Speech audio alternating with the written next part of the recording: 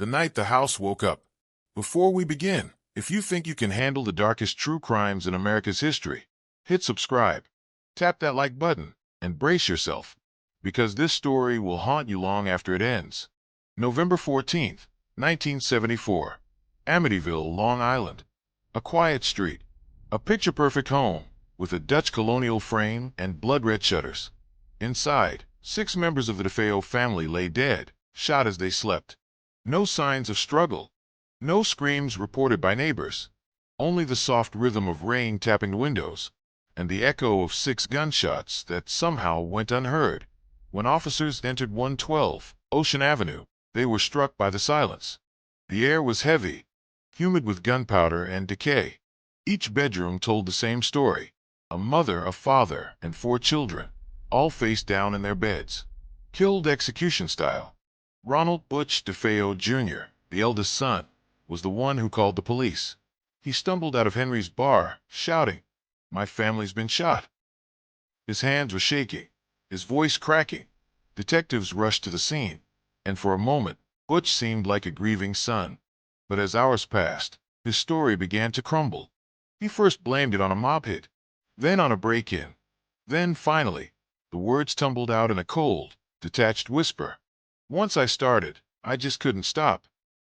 Detective Gerald Sullivan stared at him in disbelief. Butch's eyes were wide, almost glassy, as if he were describing someone else's nightmare. He claimed he'd been driven by voices, whispers in the dark, telling him to kill his family. But something didn't add up. All 6 victims were found face down, as if they had been positioned. No signs of sedation. No signs of anyone waking during the murders. The rifle used, a .35 caliber Marlin, was loud enough to wake the whole block. Yet not one neighbor heard a thing. Forensic experts were baffled. Detectives scoured the neighborhood, but there was no forced entry, no evidence of accomplices. Just a clean line of murders inside one house, and one son claiming insanity. But then came the first twist. When police examined the ballistic report, they found something disturbing. The pattern of shots suggested 2 shooters, 2 different firing angles, 2 sets of footprints in the hall, one larger, one smaller, both stained in blood. And when they lifted the carpet near the basement door, they found a partial handprint, too small to be Ronald's. The lead investigator froze, because the handprint matched someone the police hadn't yet questioned, someone who was still living in Amityville, someone who knew the DeFeos intimately. And when they went knocking on her door that night, what they found inside would tear open the darkest secret Amityville ever kept: the girl next door. The knock echoed through the hallway like a heartbeat. Detective Sullivan stood on the porch of 47 Ocean Avenue, just 3 houses away from the DeFeo home. Rain was pouring harder now, streaking down his coat, soaking the brim of his hat. Behind him, flashing red lights cast the entire block in pulses of blue and crimson. The door creaked open. Standing there was Dawn Gregory, 19, pale, trembling, eyes wide like a deer caught in headlights. She was the DeFeo's neighbor, and according to phone records, she'd spoken with Ronald DeFeo Jr. the night of the murders. "Miss Gregory," Sullivan said quietly, "we need to ask you some questions about Ronald." Inside, the house smelled faintly of cigarettes and wet carpet. Dawn clutched a blanket around herself and gestured toward the kitchen. "I told you everything already," she whispered. I didn't think he'd actually do it." That line hit Sullivan like a bullet. "You knew he was planning something?" She nodded slowly, tears brimming in her eyes. "He said he couldn't take it anymore. The fights, the beatings, the way his dad treated everyone like prisoners. He said he wanted out, and he wanted me to help him." According to Dawn, Ronald had been spiraling for months, addicted to heroin, paranoid, hearing things. But there was something else she wasn't saying. Sullivan could see it in her body language. The nervous glances, the shaky hands, the way her eyes flicked toward the basement door. When he asked what was down there, she froze. "It's just storage," she said too quickly. But Sullivan's instincts screamed otherwise. He ordered a search warrant on the spot. Within hours, officers were combing through Dawn's basement, boxes, tools, old photo albums. And then they found it, a black duffel bag hidden behind the furnace. Inside, a bloodstained nightgown, a half-empty box of .35 caliber rounds, and a single photograph of Ronald and Dawn together, smiling, taken just days before the murders. It wasn't just a neighborly friendship. They were lovers, partners, maybe even accomplices. When confronted, Dawn broke down completely. She confessed that Ronald had come to her house after the murders, covered in blood, shaking, incoherent. He told her he'd done it for both of them, that they were free now. But the part that terrified her most? He said someone else had been inside the house too, a figure in the hallway, watching, helping, whispering when to pull the trigger. Dawn insisted it wasn't her, but the evidence said otherwise. Her fingerprints were on the ammunition box. Her hair was found near the back hallway. Still, something about her fear seemed real, raw.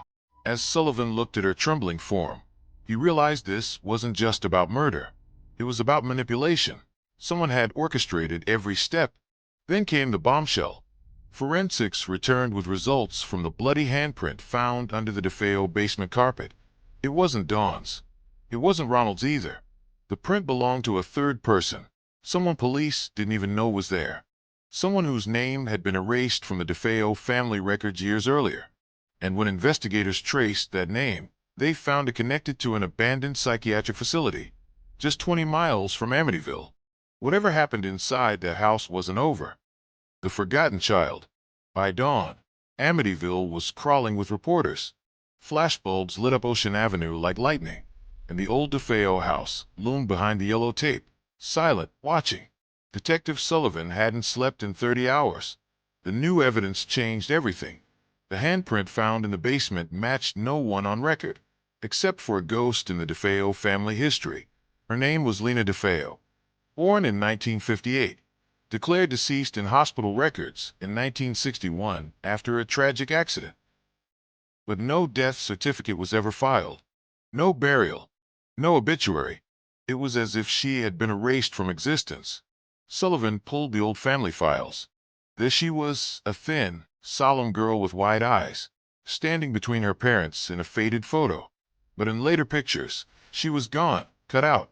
Ronald Sr. had even told neighbors they never had a daughter. That morning, a tip came in from a retired nurse who had worked at Riverside Psychiatric Center, a facility shut down in the late 60s. She remembered a girl named Lena DeFeo.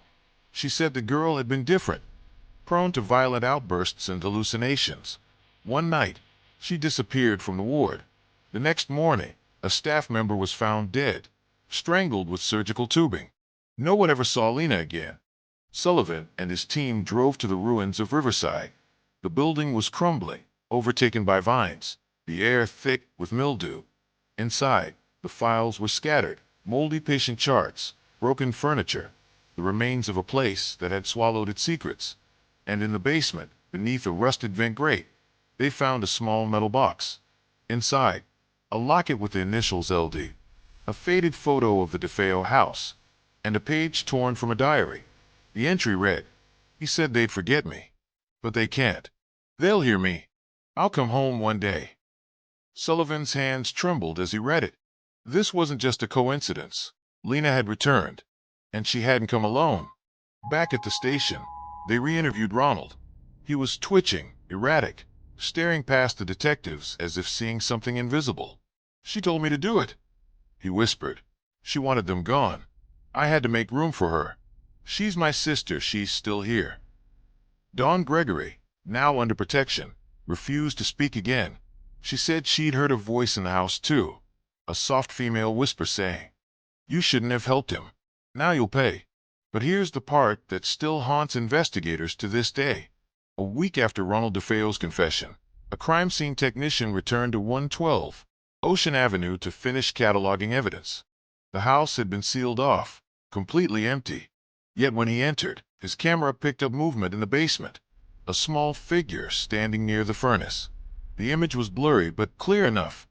The outline of a young girl, long hair, staring straight into the lens.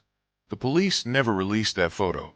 The file was quietly marked closed in 1975. But here's the chilling truth. Every owner who moved into that house after swore they felt watched, especially in the basement. And though the world turned the story into movies and ghost tales, The real horror wasn't supernatural. It was human. A family's dark secret buried alive, and a child forgotten by history, who never truly left home. If you think this was the end of Amityville's nightmare, you're wrong. Because 50 years later, another family moved in, and the pattern started all over again. If you think you're ready for what came next, subscribe. You'll need the lights on for the next story.